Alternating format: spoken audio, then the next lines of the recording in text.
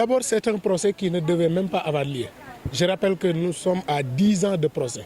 C'était à la veille de la présidentielle de 2012 que Barthélémy Diaz, maire de Mermoz Sacré-Cœur, a été attaqué dans l'institution municipale. Dans une république normale, la justice devait être aujourd'hui à la recherche des commanditaires de cette attaque. Mais on s'est rendu compte avec le régime de Macky Sall, on utilise la justice comme un épée de Damoclès pour casser, pour traquer des adversaires. 10 ans après, nous sommes là devant le palais de justice, pour ne pas dire le palais de l'injustice. Et aujourd'hui, la justice sénégalaise vient de confirmer la première peine, la peine qui a été prononcée à la première instance, c'est-à-dire les 2 ans dont 6 mois ferme. Je rappelle que le maire Barthélémy avait déjà purgé cette peine. Et c'est lui-même qui avait interjeté appel parce qu'il se considère victime d'une justice marginalisée, d'une justice utilisée. Et je pense que c'est le lieu de lancer un message au président Macky Sall. Il a l'opportunité de sortir par la grande porte en arrêtant de manipuler et d'instrumentaliser la justice. Les Sénégalais ont le droit de faire des choix. Barthélémy étant en prison, il a été investi sur une liste de Benno Bokk Yakaar. Et juste après l'élection, il a été sorti. Mais dès l'instant qu'il y a eu des divergences au sein du Parti socialiste, on a relancé ce dossier. Je pense qu'il faut dire basta.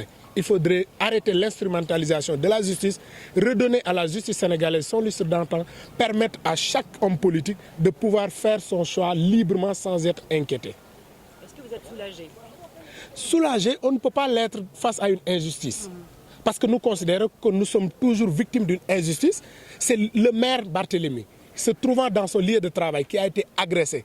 Imaginez s'il aurait été tué ou un des membres de sa sécurité ou de sa mairie avait été tué. Quelle serait la réaction de ceux qui le poursuivent aujourd'hui?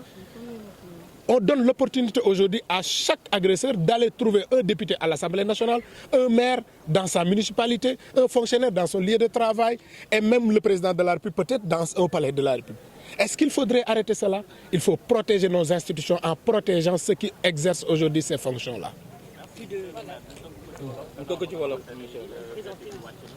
waaw dañuy di ñëw fii li ñu fi indi tey mi ngi xewoon en 2011 bi ñuy waajal élection présidentielle Barthélémy Diaz maire de Mermoz Sacré-Cœur ñu fekk ko maireem attaqué ko maa ngi fàttaliku keroog bi Macky Sall ñëwee kër Jean-Paul Diaz fa la ñu fekk di wax ni Barthélémy Diaz dañ ko tooñ Barthélémy Diaz boobu ci kaso lañu ko investir député mu génn keroog bi problème mu parti socialiste commencé ci la ñu lancé waat dossier bi 10 ans ñu topp benn dossier xaw ma Sénégal ndax am na dossier boo xam ni duré na autant. tey nag dégg ngeen juge bi nee na confirmé na première peine bi mooy 2 ans dont 6 mois ferme yi nga xam ne moom la ñu tëjoon Barth mais rappelé ni Barth moom moo demandé woon appel parce que dafa considéré woon ni dañu ko tooñ parce que nit nekk sa maire yi di liggéey sa askan ay agresseur fekk la fa attaqué la ñu war a wëri agresseurs yi ak ñi leen yoon yow ñu lay topp parce que lan d'accord ak Macky Sall je pense que Macky Sall war na xalaat génn par la grande porte bàyyi di instrumentaliser la justice permettre à chaque citoyen sénégalais chaque homme politique mu tànn far fi ko neex sans am dara loo xam dina ko ci fekk. waaw xam nga dogal bi moom neexuñu mais dañuy bàyyi li ci des le maire Barthélémy ak pôle avocat am exploitation bi nga xam ne dinañ ko def ci li nga xam ni mooy suite bi merci.